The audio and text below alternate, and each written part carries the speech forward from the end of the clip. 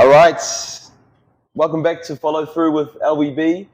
It's not often that you get to sit down with a character like Dale Steyn, who's someone that I've looked up to in a cricketing sense since I was 10, 11, 12 when you first came on the scene, and I just admired the way you went about it. You're one of the greatest fast bowlers of all time, and going into my cricket career, you were someone that I wanted to emulate, and to now get a chance to sit down and chat to you is just amazing. So thank you. Welcome. Pleasure. For joining me, yeah. Very welcome.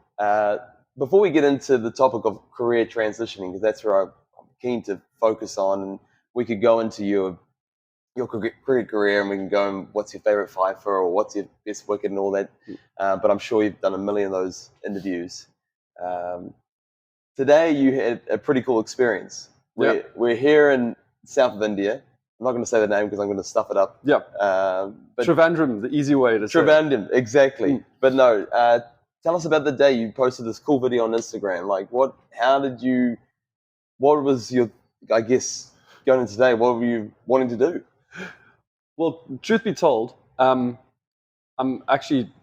just started seeing a new girl. And we were talking this morning, and I was just kind of saying that I'm going to go out and I'm going to go and look for some waves. She's a surfer, and just said, she's like, well, enjoy your adventure. And I was like, I would have loved to have taken you with, like I'm here and whatever the case is. So to be honest with you, I wasn't really thinking, but as I was going through my day, I thought I'd make these like 5 to 10 second videos, and then I'd just put them all together and then send it to her and just be like, this is kind of what I did. And the video ended up turning out quite cool, and I had some pretty rad experiences along the way that I didn't expect to happen. So I sent it to her originally to say, this is for you. And she's like, that's great, you should post it. So I did do that. But yeah, the day was kind of really cool.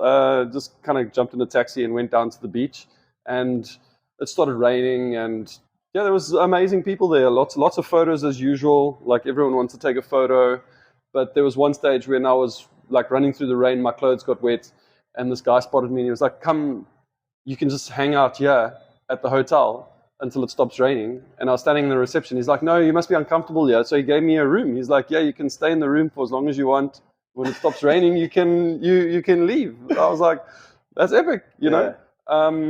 So yeah, it's amazing. People down here are really cool, and it was a really fun day. Yeah, well, you've come to India heaps now. What is it about India that you love coming back to? And yeah, it's just I guess as a cricketer, it's like we go into a different world, and you're treated completely different than you are probably anywhere else in the world. Yeah. Well, I suppose when I first started coming here, it was more for work, so I didn't really have a lot of time to kind of do the things that everyone had told me to do. They're like, when you go to India, you need to go and see this, you need to go and do that, you need to, But when you tend to come here with cricket tours, you tend to go hotel, cricket ground, hotel, airport next, in that kind of like triangle of events. You never really get to go and see the things that you want to do. So now as a retired cricketer, I don't have to go practice. I don't have to go to anything else. I got a lot more free time. I'm never really traveling with a massive group of people. So I kind of fly under the radar by myself. I do get spotted from time to time, but I'm able to go and see the things that I enjoy seeing and I want to see, and I missed out on all those times. Yeah. I think this is my 28th trip to India now. Wow. Yeah. So, yeah, I counted the other day. So, like now I'm able to actually go and do those things that I was never really able to do whilst I was a player, when I was just playing the whole time. So I'm trying to lap it up now and just enjoy the things, the culture and the people. And the nice thing is, and maybe it's a bad thing, but I played cricket for such a long time. I'm quite a recognizable person here now. You do get treated slightly differently to your normal person. And it's nice, it is nice to be treated nicely. You get what I'm saying? So I've really enjoyed it, and I don't fight it. I don't fight the crowd. I don't fight the people, and I find that if you don't do that, they're more welcoming. They're less hectic. They are accommodating to you. You're accommodating to them, and you move on and you carry on. I've really enjoyed the journey so far. Yeah, and just seeing that video today, you can see how much enjoyment you're having.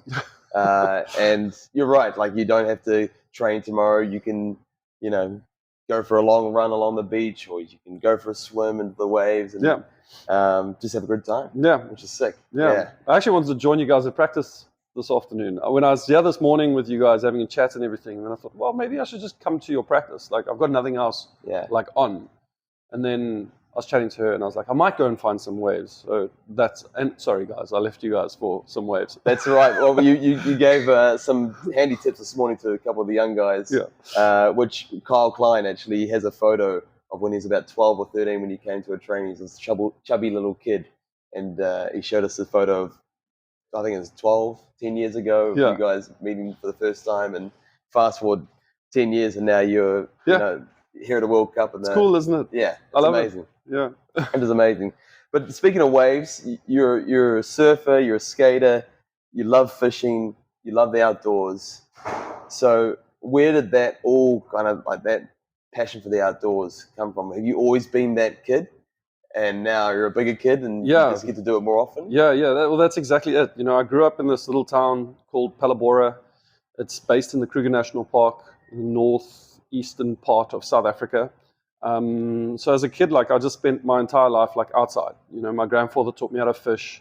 I loved being outdoors. So I did a lot of hunting when I was younger, did a lot of fishing. I don't hunt anymore, but did a lot of fishing. And I basically just grew up in the bush, and outside. And then sport came to me, and I loved that. There was this whole thing about doing things with your friends, and whether it was soccer or cricket or whatever it was, we kind of just loved being outside. And I've just kind of taken that on with the rest of my life. And I'm still such an outdoor person. I was telling somebody yesterday, I just moved into my new place now, about a year and a couple months. I actually don't have a TV in my house. Wow, it's sick. Yeah. So no TV.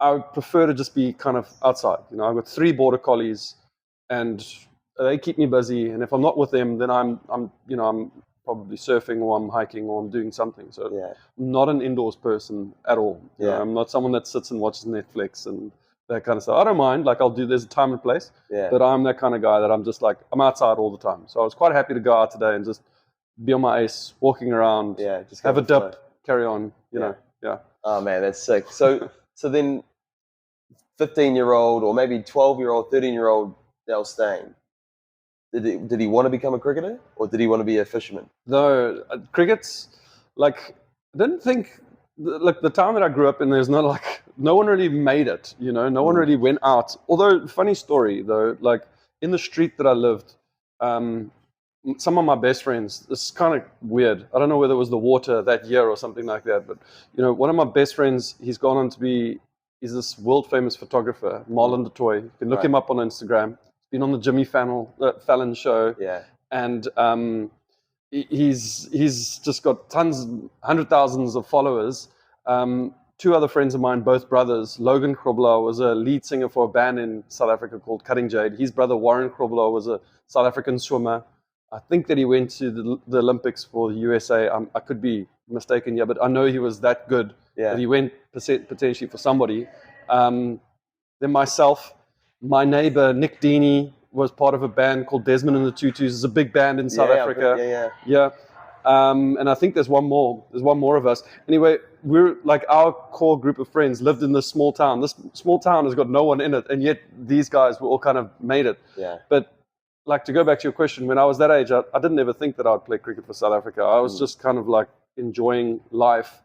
And when I got to about 18, I actually wanted to become a skateboarder. That was that was kind of the goal. I moved to Pretoria with the idea of becoming a professional skateboarder. And then I just started earning more money playing cricket. And I realized, I had to do this to, pay for rent and pay for my car and pay for petrol and pay for skateboards, all that kind of stuff. Yeah. And then I started getting cricket kit for free, and I still wasn't getting my skating stuff for free. So I figured that's the choice that I'm going to go in. And I did that professionally for a whole bunch of years. And now I'm back to the fact that I can buy my own skateboards, I can buy my own surfboards, I can and do what I wanted to do when I was that age with, but just having fun. Did you compete in any X Games or local comps? Or no, not really. I think I was, when I moved to Pretoria, I was definitely in the line to do that. And then these guys that I used to skate with, Hubert and Janssen, they actually started a skateboard company called Plunky in South Africa, and they still like they're the main guys in South Africa, you know, sponsored by Vans, and we were level, you know, at that age, and we're still friends now. Like I go and watch them skate, we go and skate together when I'm in Cape Town. So they made a career out of that, and I went cricket. So I suppose I could have gone in that direction too. You know? But yeah, it was a lifestyle choice, you know. Just enjoy doing that, you know. What's more scarier? Is it bowling to a guy who's on 100 off 50 balls, or standing at the edge of a half pipe? To run a you know, set? that's the crazy thing, because everyone's like, you don't want to like tell people that you were a skateboarder, you know, because it's like I play cricket, so it's like you kind of stay away from that, you know. But I found that skateboarding helped me with like visualization before I started playing cricket, because I was exactly that. When you're standing and you're looking down 10 stairs and a handrail, like a 10-stair handrail, and you're thinking, I got to get from here to there without breaking my leg. You have to be able to see yourself doing that trick, you know. So you watch it in your mind, you watch yourself roll up, you watch yourself pop, you know, flip or whatever it is, or get onto the rail. You watch yourself land, you watch yourself safely roll away. That's how you have to see it, because if you see it any differently, you will break your leg. So then when I went into cricket was easy, you know. Standing at the top of my mark, and I could see myself run in, see the ball come out of my hand, see it shape away, find the edge of Ricky Ponting's bat, and go straight to first slip in Graham Smith's hands. It was easy for me, you know. And that came from skateboarding. And I suppose, like, also falling as much as I did, my legs are covered in scars, you know, my knees, my elbows, whatever it is. But you just tend to, you're never really failing. You're always just trying, and then you eventually get it right. And you can't lose your temper or anything like that, because you haven't landed the trick, you know. So you just carry on pursuing through it until eventually you get it. And I find that cricket's exactly the same way. How many balls do you have to bowl before you get that wicket? How many attempts does it take before you get that wicket? How many attempts does it take before you land that trick? So skateboarding and cricket for me was the same thing. And then kind of fishing is also another thing that I love doing from a young age, because it's like, okay, which lure are you going to use to target that fish? What delivery are you going to bowl to get this guy out? You know, and that's how my thinking worked, you know, all the time. I was always working like that, just kind of, you know, combining the two. Is that, so now when we're doing lots more cricket analyst work and things like that, how do you use that visualization before going on the air or going live? Yeah, look, I suppose I don't use it much. I haven't quite figured that one out yet with the commentary, because commentary is just something that's kind of like been offered to me. But I love being able to speak and try and explain things to guys, and then find out what it is that they enjoy, and then, you know, trying to find those links that they understand. Because skateboarding, surfing, fishing, those all worked for me with cricket, but it doesn't necessarily work for other people. So you got to find out from them what it is that they enjoy, and then, you know, try and find those links there. So as a coach, that's what I'm trying to do, but then also give them my message and say, use it, don't use it, whatever you want. Park it if it's not working. Eventually it will at some point come to use. So yeah, I'm still figuring it out. That's an interesting point, because now you're moving into coaching. You're coaching Sunrisers in the Eastern Cape and in Hyderabad. I'm sure you're doing, you know, lots of informal chats with bowlers. Guys are trying to pick your brains constantly. You say, you know, from the outlook, from a fan, from a fellow cricketer, it looked like it just came it came easy, and the action was beautiful, and everything happened. You said you visualize it, and it just more times than not, it kind of worked out. So how do you articulate that now when a lot of it came natural? That's probably the hardest thing, because for me, like, bowling was quite easy. There was a long period where I realized that I probably struggled with, is it called, I think it's called impostor syndrome. I don't know if you know that. Yes, I do indeed. Yeah. So for like a long time, I was always thinking throughout my career, I was like, someone's going to work me out. They're going to realize I'm not actually that good, because I found that running in and letting go of the ball and landing it in an area and swinging away is very easy for me. It was very, very easy. And somewhere along the line, someone's going to figure out this guy's not as good as he actually is, because it didn't take a lot of hard work for me to do. And then over the years of just talking to other people, like realizing all the key things that you need for that to happen consistently, you know, all the time. And then remembering that stuff. What did Mornay say? What did Sean Pollock say?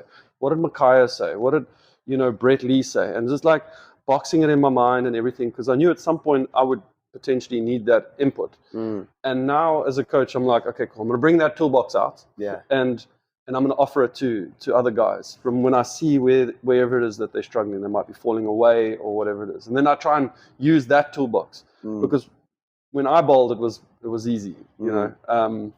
So yeah, just speaking to lots of different players, parking it in the memory, and knowing that there will be a time and place for me to use the advice that they gave me to offer it to someone else. So that's what I'm trying to do with my coaching, and I'm always learning. You know, I'm happy for someone else to teach me something. I don't feel like I'm going to teach everybody everything. I don't want to preach to anybody, especially at this level. Guys are already kind of like, they've made it. You know what I mean? They just need fine tinkering. You know, it's just like it's small things that make you go from being good to great. Youngsters might need a lot of change, you know, but at this level, it's really the smallest things that can mean a massive difference to someone, from taking them from bowling 135 to 145 or whatever it is, you know. Yeah. No, that is like, sometimes I've had experience with coaches, and I think Shane Bond, I've already talked to Shane Bond about this quite early on in my career, especially when he was transitioning into coaching, and you know, he would say things very just matter of fact, like, "Oh, you just bowl like this." Yes. But in my head, I'm like, "Well, I don't bowl 150 k's, Shane. Yeah. Like I don't bowl what, like I can't do it. You." And he wasn't being what do you call it? Not, I don't know what the word is, but like he was very good about it. Yeah. But like it was hard for me as a player to relate to him. Yes. Especially when I was younger, because it was like, man, I'm trying to bowl like Dale Steyn and Shane Bond, but like I can't bowl 145 kilometers. That's just not what I'm going to do. But I'm going to somehow get something out of them that I can use for my 135 or whatever it is. But that, I guess, that trends from player to coach now, where it's like you're the doer. Now you're the teller. That must be a journey in itself. Yeah, definitely. I suppose when I'm doing it, it's more about the player himself. You know, I'm like, okay, what is it that you do that makes you, you know, and then we'll try and get the best out of you. I don't want to see a guy try and be me, and I don't want to see a guy try and be Shai Bakhtar or whoever it is, you know, Sean Tate or whatever it is. I want to see them be the best that they are, and then just try and get them to get better all the time. And I use an example when I was last year with Sunrisers. Romario Shepherd was with us, and I tried to like pick up all the small things that these bowlers needed, and within a week or two, I started to know exactly what the bowlers wanted. So when we went to nets, I knew that Romario wanted his tape measure out. He wanted a brand new ball. He wanted 2 Gatorades and a towel. I've never seen a man sweat more in my life. You know? So when he got to practice, I had the tape measure out. I had 2 Gatorades. I had a brand new ball under a towel, and it was ready for him. You know, I knew Bhuvi Kumar. He wants to choose between 2 or 3 brand new balls. So I've got 2 or 3 brand new balls in my pocket that he can pick from. You know, simple things like that allowed them, when they got to practice, they didn't even realize it, but their practices were already, those things, their thought processes had already been taken care of, you know. And then from there, I start to pick up what it is that they want to work on, and we just try and better that every single day. But I make sure that when they get to practice, the little things, they don't even have to worry about it. They don't even have to think about it. They just get there and they start practicing. They relax their way into the practice, and things happen quite naturally. Instead of them panicking, going, I need a towel, I need my tape measure, I'm running late, or whatever it is, that stuff's taken care of. They get there and they're relaxed and they go into practice. So that was one way of trying to get like the best out of the players. And then we start to focus on what it is that's going to help them become the best version of themselves. So then how did you do that as a player, in terms of it came natural, and then how did you shine that rock and get to the period there where you were the best in the world for such a long period of time? Like what was that difference between, oh, I can run up and bowl an outswinger, to like, oh, hold on, I can actually be the number 1 bowler in the world? Yeah, I suppose confidence, like from other people. The biggest thing was like Graham Smith coming and pressing the ball into my chest and being like, we need something to happen right now, and you the guy who's going to do it. And when he does that enough times and you deliver like once, twice, you all of a sudden start to get confident, and he starts to become confident in me, and he just keeps doing that. And then it's like, okay, I can do this, I can do this. And then realizing that there's a recipe to getting wickets. Like, so Richard Pybus taught me that. He's like, 2 at the top, 3 at the bottom, or 3 at the top, 2 at the bottom, get you 5 wickets in innings. You know? And I was like, all right, cool. And then again, another thing was like going, all right, so in the bush, like where I grew up, watching animals and everything like that, a lion's never going to take the biggest buffalo, Yeah. He's gonna take the weak one, he's gonna pick on the weak guys, and every now and then he's gonna get a big buffalo, like no doubt about that. But through protection and everything like that, he's gonna take the weak buffalo. And I'm like, I'm gonna be a lion when it gets onto the field. Anyone that's weak, they're mine. I've got them. That's my 2, 3, 1, 2, and 3 there at the back end. That's my tail enders. They're the weak buffalo. I'm cleaning them up. If you get what I'm saying. The big buffaloes at the top. Sometimes I'm going to get 1 or 2 with the new ball. And then you work out that recipe to getting 5 wickets an innings, or 5 wickets a game. But confidence was the biggest thing. Graham just pushing that ball into my chest over and over and over again, saying, "You the guy, you the guy, you the guy," made me feel that I could run up and land the ball on a length and swing it away and get wickets. That's, I suppose, the biggest thing for me. I mean, it took a lot of practice and everything like that, but it was that confidence that someone gave me that I was able to do it all the time. So I've been wanting to, I've been using you as an example, and I heard this through Neil Wagner. And he said when we're on the bus on a New Zealand A tour in Dubai, and it was 40 degrees, and we just trained, and Neil just bowled like 10, 11, 12 overs, and I was just in awe of the fact that I was like, how did he bowl that many overs? And he said, and I asked him on the bus, and Neil talks the air off, but I asked him a question. I said, how do you go about your longevity? You're never injured, you can bowl spells for ages, you bowl on bounces, all that stuff. And he said when he first started playing international cricket, he used to look at the speed gun a lot, and he used to compare himself to the fastest bowlers in the world. So he's just trying to hit that 140, to hit 140. And then he said he learned from you, where he would see Dale bowl and bowl kind of 133, 134, kind of swinging it away, 135, and then when the moment to strike, then you'd ramp it up to 145, 146. And then you'd kind of take it back down and but you just kind of, you weren't brimming, like you weren't going 100% all the time, every moment. And he said he saw that and he goes, well, that's what I've got to do. I've got to be a bowler. I've got to kind of go with the flow and go with the waves.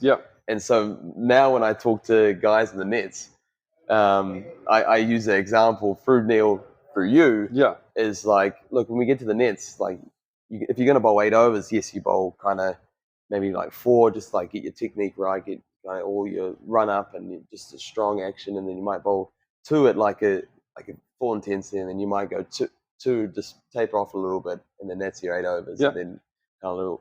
So I've been using that example. So how much is that actually? No, that is 100% true. The truth. And again, another thing, like I felt like there's a whole bunch of comparisons that I've got here, and like one was like Usain Bolt would go and he would run the 100 meters, and I suppose he'd have like this goal set in his mind where every time he runs the 100 meters, it needs to be under 10 seconds, which is like, even if he runs 9.99, but every time he runs 100 meters in a meeting, it's under 10 seconds. And I felt like the same thing for me. I was like, okay, every time I bowl, like the slowest that I can operate at is between 135 and 140. Like but when I've got a good day, when Bolt has got a good day and he's going 9.6 or whatever it is, that's when I'm going 145, 150, whatever it is. So, but give yourself a number to say that's where I operate at all the time, and train that you're able to operate at that all the time. And then you're able to ramp it up like on your big days, and when you want to strike, you can. But it's just like kind of shifting through the gears. And one way of practicing that is when you go to nets. I went to nets. I had 3 different ways of practicing. One was specific practice, whether it was a left-hander or right-hander. It didn't matter where they hit the ball. If it was a left-hander, I was focusing on the player that I was going to bowl to. So if Graham Smith was batting, I was imagining it would be Matthew Hayden or Katic or whoever it is. If AD was batting, I'd imagine it would be Ponting or, Sachin or whoever that was. So I'd have that one. Two would be, I wanted to have fun at nets. So there were days when I went to nets where I just was having fun. Yeah. I'd say to the guy, what am I doing? Am I going? And I know a lot of bowlers do this. Watch this in-swinger, watch this one nip away, watch this leg cutter. Yeah. That was fun for me because cricket's supposed to be fun. And then the other thing about fast bowling is that sometimes I go to nets and I'd be like, today it doesn't matter where the ball goes, but I'm bowling fast. Because your body, you need to remind your body and train your body to bowl fast. You can't, unfortunately, it's not a switch that you can just turn on and go, all right, I'm going to run in and bowl 150 Ks today. You've got to be able to do it and know that your body and be confident that your body can do it to do it in a match. So there was times that I'd go to practice and I'd be like, today it's just about bowling as fast as I can. Like, I'm just imagining. And did you ever tell the batsman that, or did you? No, not really. I think they knew it. Like they could sense it, and it didn't really matter where the ball went because I was able then to condense that into a specific area and work on it. But you can't practice bowling at 130 and then get into a game and expect to bowl 150. It's just not going to happen, So those are kind of like the three ways that I like to practice. And I know a lot of people do, and they might do all three of those in one practice, but I would break it out. I would spread it out over, weeks, and that's how I would train. So lean into a World Cup. So we're on the eve of a World Cup. We've got a practice game against India in 2 days' time, and then we play Pakistan in 5 days' time. So how would you be training, or would you just purely be in game mode right now? It depends on how much cricket I suppose I would have played in the build-up to this. Like if I've played a lot of cricket right now, I just want to stock up. Like do whatever it is that I need to do to make sure that I'm able to handle the workload of 10 overs. Make sure that all my bases are covered. My change-ups, my slower balls, my yorkers, my bouncers. Make sure I've got all of that kind of covered, and not do too much at nets. If I was younger, I'd probably be bowling a lot more. But now on the back end, like of my career, I knew that I had it in me. I just wanted to make sure that I had it down. So it would be 5, maybe 6 overs. So it would be 2 spells, like 4 overs and 2 overs, or 3 overs and 3 overs, and then a mess around, and then a bit of a bat or whatever it was. But it would be game mode ready, just focused on what I had to do. Yeah, nice. Oh man, I could go on and on with cricket. I can too. Chat. So I've got time. Yeah, but we've let this chat to nearly 11:30. But this is awesome, man. But no, I want to talk about career transitioning, because this is a topic. It's a thing in cricket, especially, but it happens in all sports where our identity is wrapped around the sport we play. And a lot of the times we're judged on we're the cricketer, we're the swimmer, we're the rugby player, or whatever it is. And a lot of cricketers, and I've seen it in terms of being the younger guys and seeing older guys transition out of the game, whether that be due to injury, whether that be due to selection, or they've just they've had enough. And I've seen the good and the bad, where guys, go down a bad route, and first few businesses fail. Guys' mental health goes down, goes down quick. And I've seen the other way, where guys have, successfully transitioned and found an industry or a job or a career where, they're just getting just as much excitement as they did during their cricket career. So for you, how has it been in terms of identity-wise, where for 15 years you were Dale Steyn, the fast bowler, one of the greatest of all time, and now you're 2 or 3 years out from finishing cricket?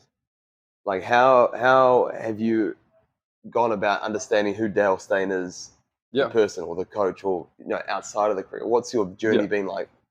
Around identity. It's a work in progress. I'm not lying. It's one thing is that I can never escape it. I often sit there and I think to myself, when am I going to go a day without thinking about cricket? Like, when is that going to happen? And I think I'm a long way away from that ever happening, and probably won't ever happen. The day I die, I'll probably still think about cricket in some way or another. But that's the goal, is to work to a point where there will be one day where I go, oh wow, I didn't even think about that. And it sounds weird, but that's the goal for us, because ultimately we're not always gonna be involved in this game, you know. So I work really hard on that, and I use probably social media as a way to kind of like allow people to know who I am and what I do, and then I focus on those things. So I love being outdoors. I love surfing. I love my dogs. I love fishing with a passion, and that has like become my goal now, is to like put that message out, less than cricket, you know. So I always try and tell someone, find something else, find another hobby, because yes, you'd like, cricket can finish at any time, but their life will continue, you know. So that's why I say it's a work in progress. It's not easy, but I've always been lucky that I've had that stuff throughout my career that I can always fall back on. And my best friends, they do it with me. They're always there. They're not cricketers, so it's easy for me that like when I am at home, I'm falling into their lifestyle, and that involves the things that I enjoy doing most. But it's a work in progress. It's not easy. You know, every day, cricket has kind of shaped me for who I am and who the public see me. I mean, very often I'd go into like a supermarket, and people would see me playing, and I've had this happen before, where I was quite aggressive on the field, and then people would be like, tell their kids, don't go to that guy. He's an angry guy, you know? And I'm like, oh, you know, I'm really not that angry. But that's what cricket sometimes does. You know, people have this perception of you from watching you for years over the screen. So I really try to use social media to show that I'm not that. You know, that is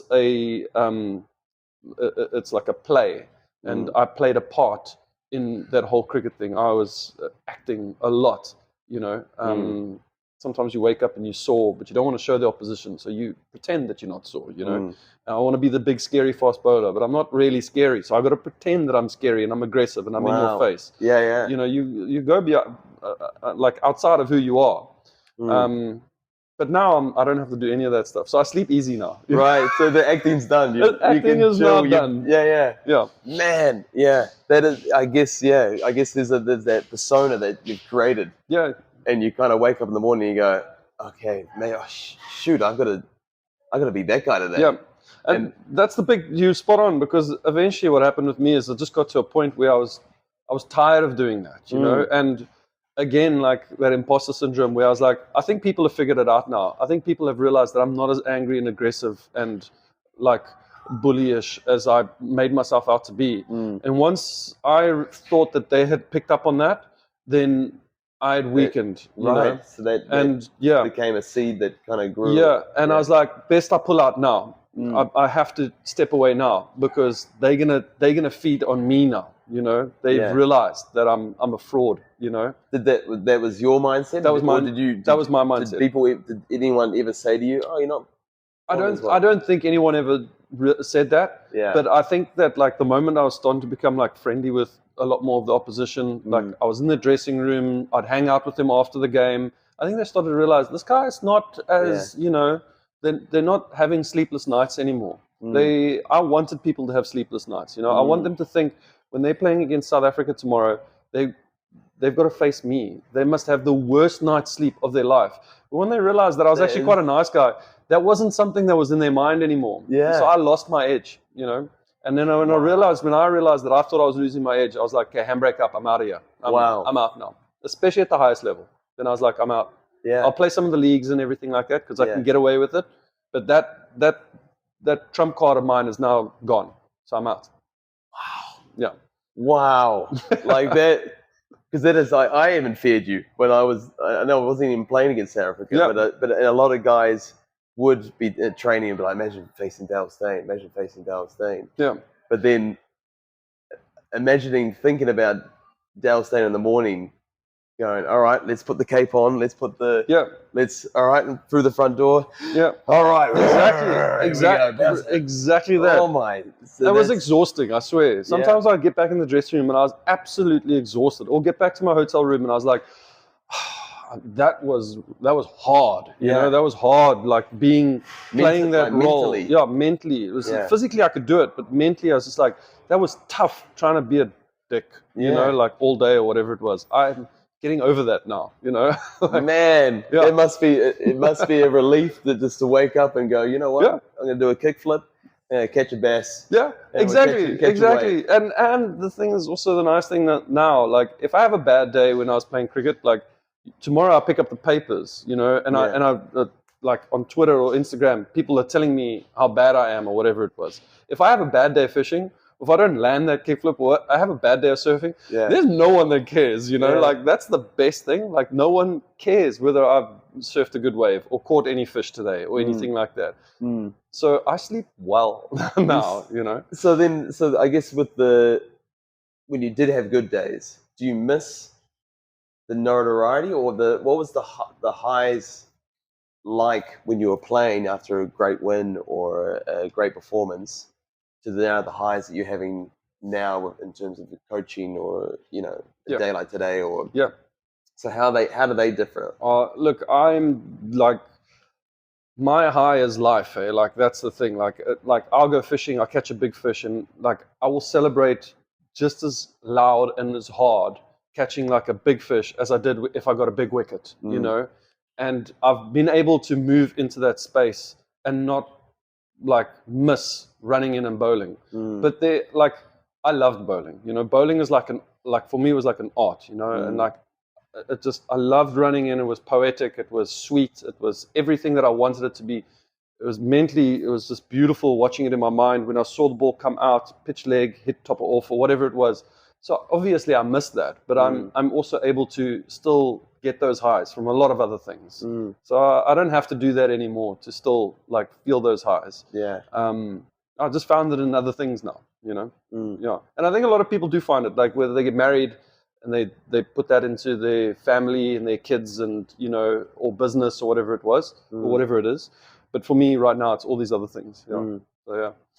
So when you broke your shoulder or you injured your shoulder and that you were still, you know, the peak of your powers and you still had a number of years kind of left in you, was that the first time that you thought about your career finishing, or when did it actually the penny drop where you I'm not sure when the penny really dropped, but I remember when I knew that I was done I was on a fishing trip with my best mates. I was in the Chobe. I'd just come back from somewhere. Can't remember where I'd come back from.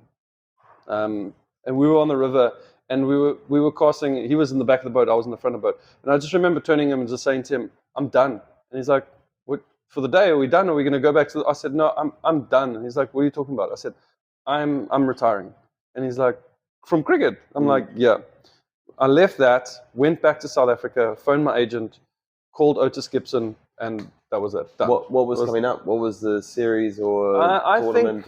If I remember correctly, we had just played Sri Lanka in the Test series, and we had a couple Test tours. The next Test tour was like only December or whatever it was, and that tour was going to India, and then I think there was another tour against Pakistan.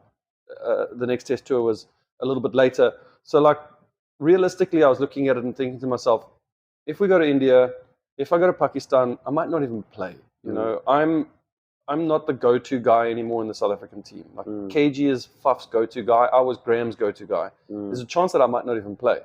So if I'm just chasing 500 wickets or if I'm chasing 100 games, it might take me 2 years. And I really don't have the steam for that. Like I'm out of that, you know. So I just realized like that I'm done. Thank you very much. And then I think COVID kind of came around and I was doing the leagues a little bit and I just lost it. I was just like, this is not fun for me anymore. One more 2020 game, one more 2020 wicket, or one more ODI is not going to make any difference to me. So yeah, let's find the next thing. You know, and the next thing for me was, how do I help the next person become, you know, a Dale Steyn or a Sean Pollock or you know, whoever it is. Yeah. I figured that would be the next best thing for me to do. And then I started this. Yeah. And so the coaching is the passion, or is it the media? Is it what? No. Are you still in the kind of mixing phase of trying things? I love talking to people about whatever it is that they want to talk about, and if I can help them become better, then I'm going to do that. You know, and that's it. It doesn't need to be biggest IPL team. It doesn't need to be the biggest international team. It can be anything. I can go to a school and there's a 13-year-old kid there, and I'll happily help him. You know, I just want to. I'm just, that's who I am. So it doesn't really matter what level it is. It's just whatever's the next thing, I'll jump in it. I'll do that. Yeah. So some of your contemporaries and your peers, and in terms of career, we'll go back to the career transitioning. Who have you seen do it really well? And I guess other things have you seen guys do poorly without obviously naming names, but like what's something that you go like now for guys who are in their careers, and I'm a lot closer to the finish than I am to the start of my career, and I still think I've got 4 or 5 years now, and just with the nature of cricket now, there's leagues around the world, and I've played 6 seasons on the bounce now as a bowler, and I believe that if I keep bowling, then I can keep going. But for guys who are in it at the moment, like what would be your advice from seeing guys who do it well and people do it poorly? What would you kind of say to them? I would, like, when I was playing, I was always good friends with like the shrink in our team, the psychologist, psychiatrist, psychologist. Psychiatrist offers you prescriptions. Yeah. So I know that there's a difference there. Bowling bookies. Yes. But I was always good friends with them. So like Jeremy Snape, Paddy Upton, Henning Gerke. These guys, I kind of like, when I was in the team, I loved hanging out with the younger guys. It was always good, but I always found that these guys offered great life advice. And I was always like, I want to listen to them. You know, I don't drink, I don't smoke. So I wasn't really somebody who was going to go out and party and everything like that. I preferred to sit there and listen to something that I thought was going to better me. Maybe I sound a bit like a nerd, but like I did enjoy listening to people's stories. So I love listening to like Paddy and Jeremy and everything, and just figuring out ways of bettering myself. And a lot of the talks that they do is about guys retiring and making sure that you've got something else to fall on and not having cricket be the main thing. So I suppose my advice is that if you can, like, speak to those guys, you know, even if it's just a plain conversation, just speak to them. They're going to say something that's going to trigger you in a way that's going to lead you to do something better and not go down the path of like where you blow all your money, or you make a bad decision, or you decide that I'm going to extend my career by a little bit longer, and it's probably going to be detrimental to you, you know. Speak to them. You know, they're professional, you know, like they this is what they do, you know, and then make your own decisions too. But like I enjoyed speaking to guys like that. I found like they helped me and shaped me a little bit for where I am today. And in terms of the skills that you gained as a professional cricketer, what was some like transferable skills that you felt like, man, like this helps me now in my coaching, or in the TV space as well? Look, I was on a flight with Paddy Upton years ago, and we were sitting next to each other. We were flying from PE to Cape Town, very short flight. And he said to me, a plane was about to take off. He said, "Can I be honest with you?" I said, "Yeah, sure. What's it?" He's like, "Do you know that on the field, you're a bit of a dick?" And I was like, "What are you talking about?" So there's a reason why I'm telling you the story. And I said, "What are you talking about?" He said, "No, every time the ball goes in the air and the fielders drop it or they fumble off you screaming and you're shouting at them. But like growing up, I watched cricketers do that, and I thought that was kind of like what, that's what happens. You know, misfielding, you shut the guy out, you know." And I was like, "Yeah." And he's like, "You realize that the next time the ball goes to this guy, they are thinking more about you, worried about upsetting you, than they are concentrating about the ball coming into your hands." So I was like, "All right, so what are you saying?" So he said, "Your body language plays a major effect on the outcome of what happens with them." All right, cool. So then I started to change my behavior on the field with misfields, with drop catches, with things that didn't go my way, plays and misses. You know, there was a time that I may have really, and I try to keep it more internal, where to a point where it didn't bother me. I get to a point now where things like that don't bother me. You know, I've got 3 border collies. My dog's running through my house with mud every single day. When I was 20, I'd lose my shit. Now I just accept it, and I go and clean it. I love that word. Do you understand what I mean? Yeah. So when I'm a coach now, my body language is everything. I'm not going to sit on the side over there and we play 20-20 cricket. Chances are you can get hit for 6 sixes. I'm going to sit there throwing my toys, losing my shit, when my fast bowler who I coach gets hit for 6 sixes, you know. I'm going to sit there and I'm going to remain calm.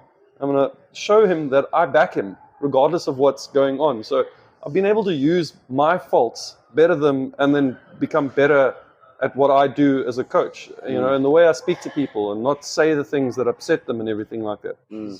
At the end of the day, it really doesn't matter, you know, it's the next thing. It's the next thing. So, yeah, I suppose my behavior and my like body language and what upsets me and everything like that, I try not to let that affect other people. That acceptance is a great word. That is something that I've, I guess, struggled with in my career. You think you should be somewhere, you should be further than what you are. You should be better than what you are. You should be playing IPL. You should be playing for New Zealand. You should be all these things. And a guy who was actually working for South Africa Cricket now is Tom Dawson-Squibb, who talked about just accept where you're at, and change that should into could, and then suddenly the whole outlook becomes positive. It becomes absolutely. Again, just going with the flow. And well, we had a 5-hour delay the other day in the airport, and I was like, cool, all right. That's wasn't meant to be. No, get 3 border collies, I promise you. Quickly realize, like, you can't, my day is not going to get ruined by my dogs destroying and eating things and everything like that, you know. Just, I chose to get the dogs. I chose to play this sport. You know, I've put myself in this position, accept what comes with it, you know, and then carry on. All right, Dale, we'll finish off. Where are you going to be? So if we sit down here in 20 years' time, where is Dale Steyn? I have no idea. I can't tell you where I'm going to be in 20 days' time right now. I might be in Mozambique. I'm not too sure. There's a fishing trip coming up. I might be there. But I suppose 20 years' time, what do I be? 60. I will really hope that I've got probably some kids. You know, that would be nice. Max 2, I suppose. And just helping them, like, that would be my everything, I suppose. You know, something along those lines. But I'm not too sure. Well, let's put a mark in the diary and see where we're at. But no, it's come back in 20 years' time. Exactly. How do we pronounce his name again of this place? Thuran. No, I'm not going to try. I'm not going to attempt it. But I'm going to finish off with just a quick story when I first met you. And you won't remember this, but I remember because it was a great day. We played South Africa in the 2014 World Cup. 2014 World Cup. Bangladesh in 2020. 2020. And we needed 20 off 20, and we're only 5 down. And I dropped I remember. Carry on. There was Steph Myberg was pumping it. We needed 20 off 20. We're 5 down. I came out to bat, and it was Bukhari and I. Within about 3 or 4 balls, I get run out, and then suddenly we lose quick wickets and we lose the match. Afterwards, you guys invited us to, I think it was maybe AB's room or something, and I walked in, I was maybe 22, 23, and I was quite nervous because it was yourself, it was AB, it was Fuff, it was LB, it was everyone I've just kind of looked up to. Yes, we just played a cricket match, but still, I'm that 22-year-old kid.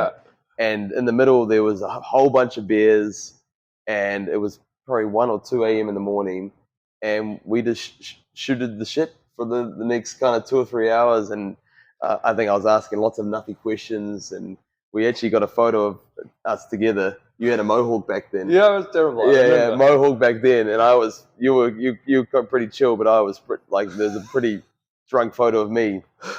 But the one thing I do remember is that you guys were so gracious and welcoming to kind of us, and sharing your knowledge and just being cool guys. And I walked away a little bit hungover the next day, but I walked away and I was just so amped because I was like, people say never meet your heroes, never meet people that you know, because you'll only be disappointed. But I remember walking away and I was going, those guys are awesome. And it was just like such an amazing experience. And now, so to fast forward nearly 10 years, that's crazy, to kind of see you this morning in the creamy cafe that we have here with the Dutch, and now this tonight sit down and have a chat about cricket, career transition, or whatever. It's pretty sick. So no, Dale, it's been honestly, I'm super stoked that you took the time to chat. Oh, very anytime. And hopefully we can do it again. 20 years. 20 years, exactly. All right. That's it.